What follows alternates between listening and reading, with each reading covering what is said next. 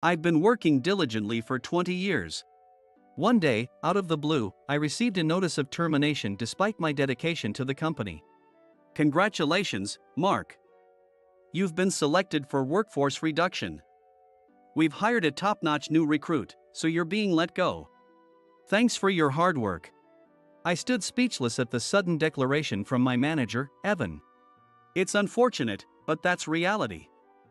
You should regret your foolishness for opposing me. That's good. What? He was taken aback by my response and stopped speaking. But soon he regained his composure and flashed that nasty, smug grin. No matter how tough you talk, you're still fired. Pack your things and leave. He walked away laughing loudly, but he truly understood the meaning of my words the next day. My name is Mark Davis. I've been working at Carson Manufacturing, which makes industrial machinery, for 20 years. Before I knew it, I had become 43 years old, focusing solely on my work and working tirelessly. Even though I've been around for a long time, I'm still a regular employee without any position. That's because I love tinkering with machines more than anything and wanted to stay on the production floor forever. There were several opportunities for promotion, but I always explained my situation and had the promotion deferred. For me, having the environment to freely create machines was more important than the salary. However, such happy days came to an abrupt end yesterday. Despite my 20 years of dedicated service, I was suddenly given a termination notice yesterday. Looking back, Evan becoming my supervisor was the direct cause. All my previous supervisors were hardworking and respectable mentors. They would cover for my mistakes and collaborate with other departments to solve problems when consulted. Such a culture allowed Carson Manufacturing to gain a certain level of trust in the industry, despite being a small company. But that changed when the CEO was replaced, and his nephew Evan was transferred here. I won't tolerate the lax atmosphere of this workplace. From now on, every employee must give their all to achieve results. Evan declared this abruptly in his first address. At first, we employees were confused but tried to accept his demands. Needless to say, everyone at the factory has been passionate about machine manufacturing.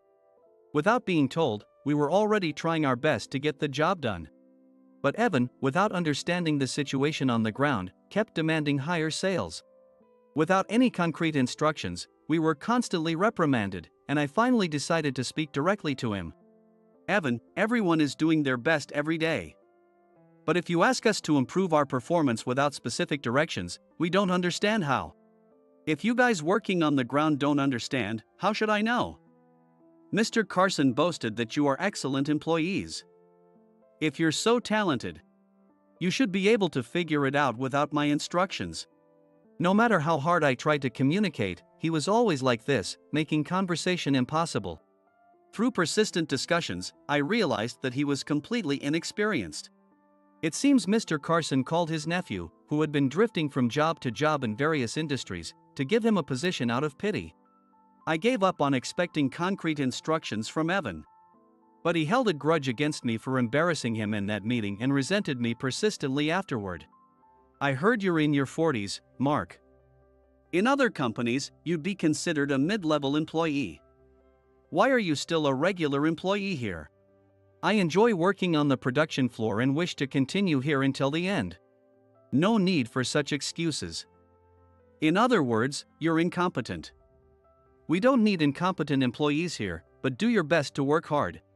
Whenever we crossed paths, he would make sarcastic remarks and complain. Gradually, his sarcasm wasn't just directed at me but also at Emily, my right-hand woman.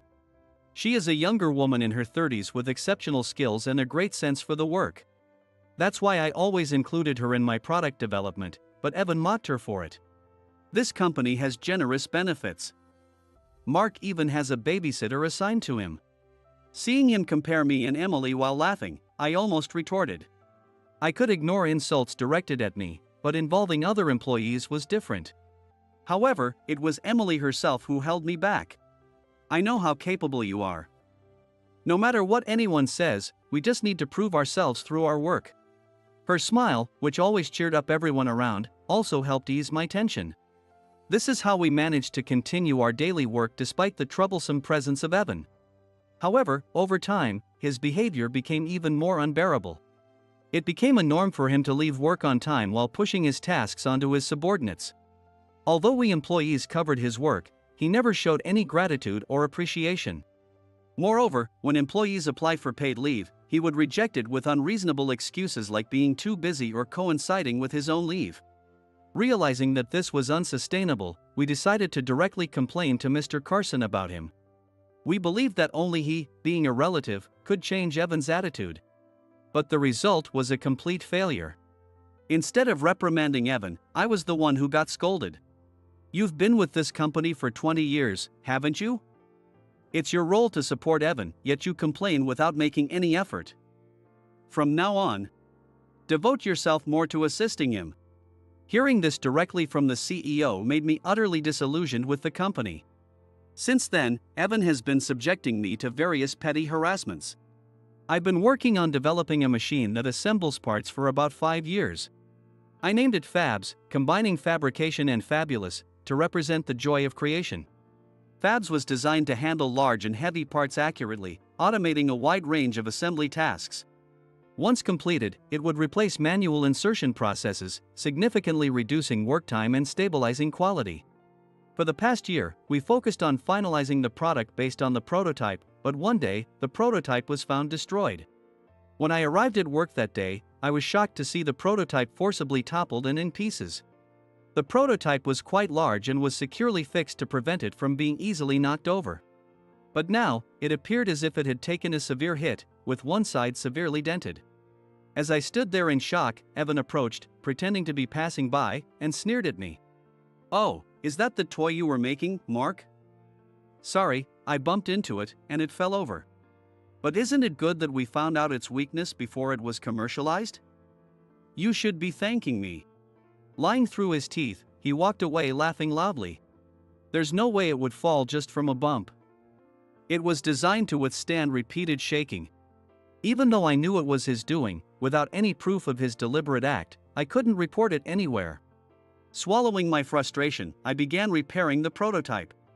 Fortunately, most of the internal circuitry was intact, and within a few days, the prototype was restored. Since then, I made sure to lock the room where the prototype was kept whenever I left. Previously, the development room was always open so that anyone in the company could freely observe it.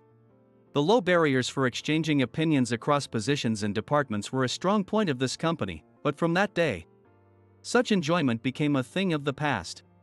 Besides this incident, Evan continued to harass me by shredding documents I created and piling an excessive amount of paperwork solely on me. Additionally, he would answer calls intended for me and delete data I was responsible for without permission, taking his harassment to new levels. Despite this, I stayed at the company. This was because I had a strong resolve not to leave until Fabs was officially launched. I believed that once Fabs was released, it could bring about a small revolution in the manufacturing industry, which was suffering from a labor shortage. Holding on to this belief, I endured Evan's daily provocations and immersed myself in product development. In the midst of these trying days, a turning point finally arrived.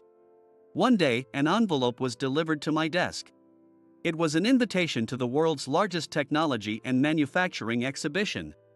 This exhibition was a platform to showcase the latest manufacturing and implementation technologies in electronics, attracting related industries from both domestic and international companies, such as electronics, semiconductors, and automotive parts manufacturers. I had applied to present Fabs, which I had been developing for 5 years, at this event. Now everyone will see how amazing Fabs is.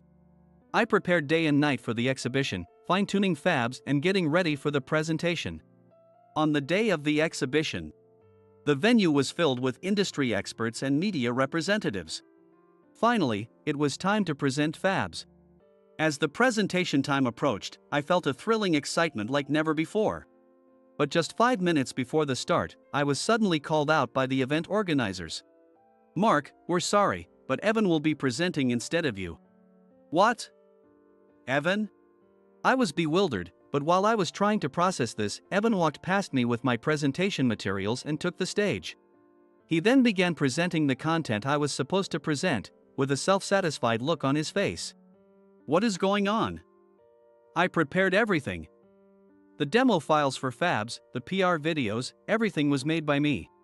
Next to me, Emily was also trembling at the sight before us. "This is terrible. I can't believe it. He has stolen all of your work, Mark. Fabs is my creation. I built it from scratch and finally brought it to completion." After the presentation, Evan, completely satisfied, approached us as we stood there in shock. "Evan, what is the meaning of this? What's the problem?" "It's obvious. It's better for a department head like me to explain than a regular employee like you. Don't you understand that it increases the chances of successful deals?" he retorted, showing no remorse whatsoever. Unable to hold back, I finally let go of my usual resignation and protested. "But Fabs is my invention. You don't even understand the content of the materials you just read, do you? The employee who understands the product should be the one presenting. You just don't get it, do you? Besides, I got permission from Mr. Carson to present this machine. Are you going to go against his decision?" Seeing the smug look on his face, I realized that arguing further was pointless. He must have been waiting for an opportunity to embarrass me for a long time. When I reacted to him destroying the prototype, he probably figured out that Fabs was the most important thing to me. He had undoubtedly arranged everything in advance with Mr. Carson to take Fabs away from me. But being told it was the CEO's decision, there was nothing more a regular employee like me could do. As I stood there swallowing my frustration, Evan patted me on the shoulder and walked away with a gleeful look. "Well, since there's nothing more to discuss, I'll take my leave. I have to handle the inquiries and orders for that machine." As expected, Fabs was welcomed with open arms by the industry. Evan had stolen my product and, as a result, gained significant recognition and fame in the industry. Seeing Evan and Mr. Carson reveling in their success, I finally made up my mind. The most shocking news came the day after the exhibition, today. Remembering the humiliating events of the previous day, I went to work as usual. However, my desk was completely empty. All the research I had accumulated over the years and the meticulously gathered documents were gone. What is going on here? I don't know. I have no idea. When I came in this morning, it was already like this. I asked Emily and my other colleagues, but everyone just shook their heads, clueless. After searching the department, we found that everything from my desk had been stuffed into garbage bags and left in a storage room. Who would do something like this? Emily muttered in shock, and everyone thought of the same person. At that moment, "Mark, what are you doing over there?" "Evan." Grinning smugly, Evan appeared, clearly in high spirits. He glanced at me holding the garbage bags and snorted derisively. "Rummaging through trash early in the morning? You've really hit rock bottom, haven't you? My belongings were thrown away. Do you know anything about it, Evan?" "Oh, that? It was all unnecessary, so I took care of it last night."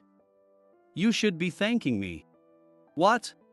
He casually admitted it was his doing, leaving me speechless. As I struggled to find a response, he smiled and dropped a bombshell. "Congratulations, Mark. You've been selected for workforce reduction. We're hiring a top-tier new graduate starting tomorrow, so you're fired." I was stunned by the sudden announcement. He continued, enjoying himself. "The new hire is Mr. Carson's son. He's a young, college-educated employee, totally different from an eternal regular employee like you.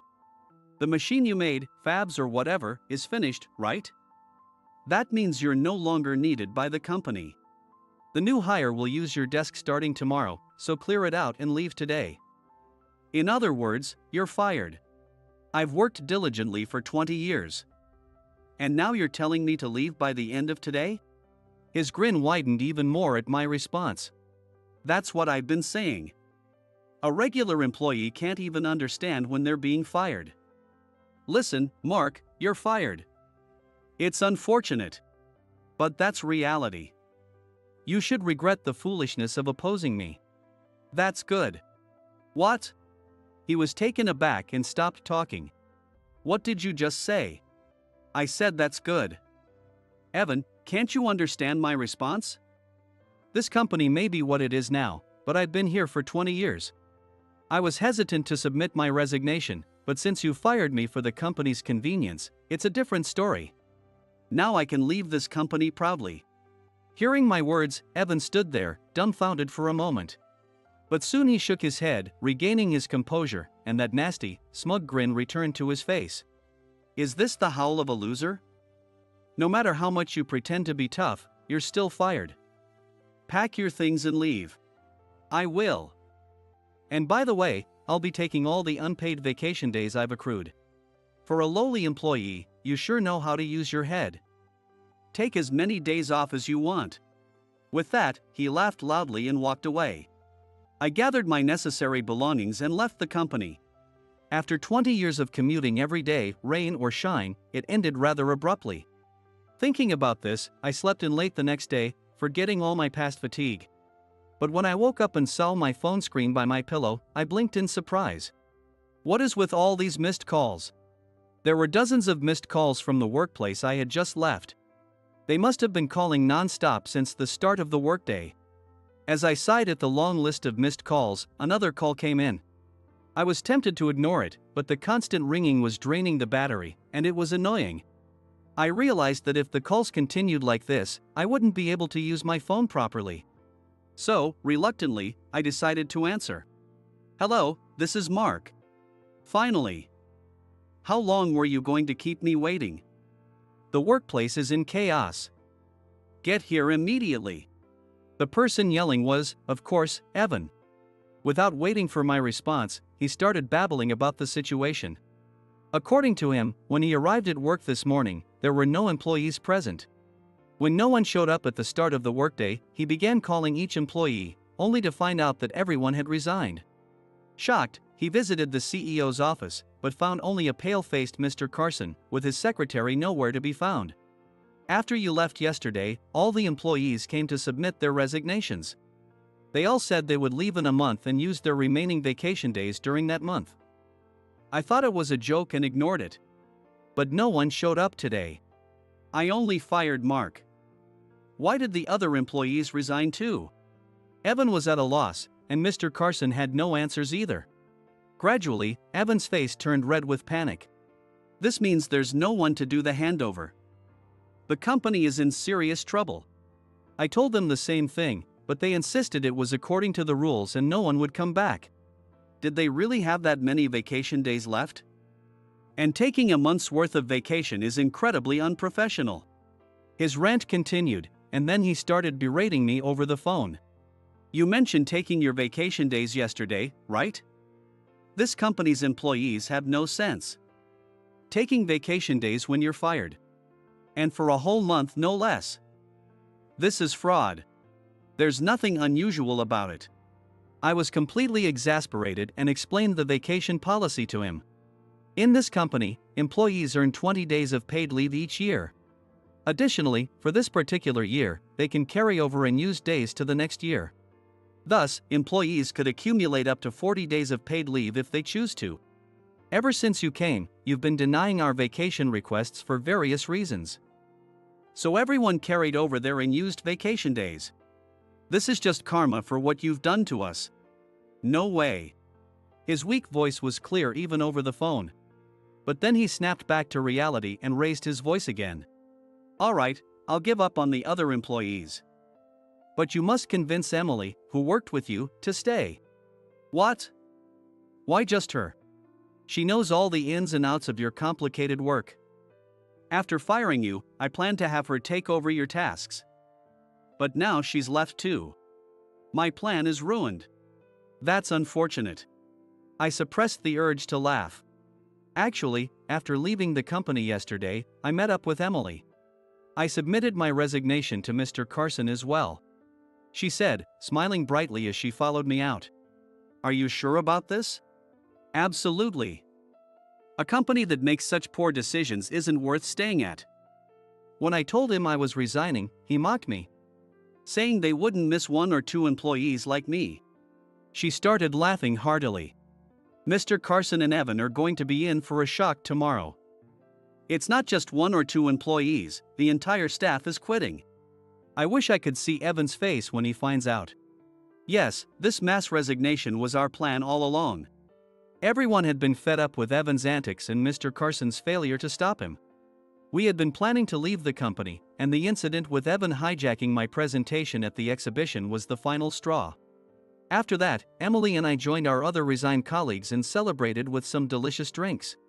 As I recalled the events of yesterday, I heard Evan's weak voice on the phone. "If it comes to this, even you will do. Come to the office immediately. The phones have been ringing non-stop with inquiries, and we can't keep up. I was fired by you, Evan. I can't come to your company." I clearly refused and ended the call. As I hung up, I could still hear his pleading voice, but I had no more ties to that company. Evan continued to call me intermittently. However, I never answered, and the calls gradually decreased, eventually stopping completely after a week. He must have been too busy dealing with the company to keep calling me. I enjoyed my newfound peaceful life for a while. Later, I heard that the company went through a tough time. Even when they received inquiries, only Evan and Mr. Carson were there to handle them, which led to many misunderstandings. Eventually, a defect was found in the fabs presented at the exhibition, and the company received numerous complaints. Without me, who had developed it, Evan was at a loss. He couldn't answer questions about repair schedules or future prospects, angering the clients. Meanwhile, I continued to walk my usual commute route. As I passed my former company, Evan spotted me and rushed over, sweating profusely. "You're finally here. I knew you would come, Mark.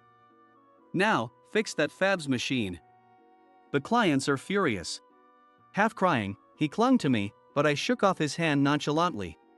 "You must be mistaken. I was fired from Carson Manufacturing." "Then why are you here?" "I'm on my way to my new company. From now on, I'll be working at Davis Engineering, my new startup." Evan was stunned, his eyes wide, and he turned pale, collapsing to the ground. He tried to say something, but I ignored him and headed to my new office across from Carson Manufacturing. I had always wanted to have my own company. A place where I could freely create machines, a dream come true. And with like-minded colleagues, I wanted to create products that could compete globally. As I shared my vision, my co-workers supported my plan. What started as a dream became more serious as Evan worsened the work environment. We gradually prepared for the startup, and I had intended to stay at Carson Manufacturing until the launch of Fabs out of loyalty. But the betrayal at the exhibition by Evan and Mr. Carson sealed my decision to leave. In my new office, I looked out the shiny windows inside.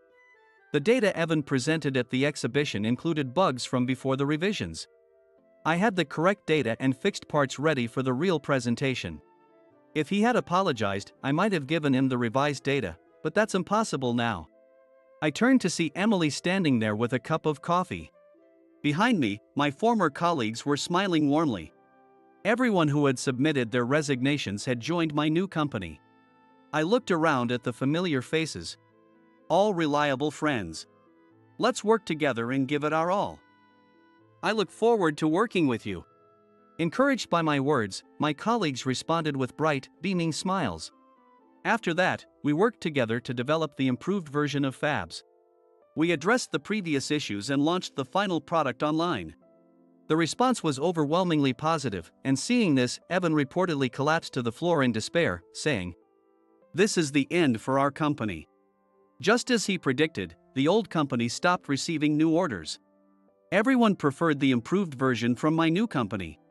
Nobody wanted to buy the problematic old product. Evan only received repair requests, but he couldn't handle them and was soon swamped with refund demands. Shortly after, the company went bankrupt. The elite newcomer, Mr. Carson's son, had long since fled and was working at an unrelated company. Meanwhile, Mr. Carson and Evan ended up with massive debts and eventually filed for bankruptcy. After that, they tried to find new jobs, but Evan, having never worked properly, was not hired anywhere for long. The other day, Emily confided in me with a serious expression. "Actually, the other day, I saw a soup kitchen in a park in the neighboring city for people in need. Among them, I think I saw someone who looked a lot like Mr. Carson and Evan. If it really was them, their fate is tragic. But it's certain that they are reaping the consequences of their actions." Since then, my company has been steadily growing. We've been continuously improving, incorporating customer feedback to make the machine more versatile with interchangeable attachments. I intend to keep cherishing the feelings of my employees and our gratitude towards our customers. And my relationship with Emily has also blossomed. I'll always stay by your side. I want to watch the company grow alongside you. It's been a year since she confessed her feelings, and we started dating. Next month, we're getting married. I want to continue building a vibrant workplace with Emily, who understands me better than anyone else. Hand in hand with her, I step into a new future. With all my might, I will continue working tirelessly today and every day.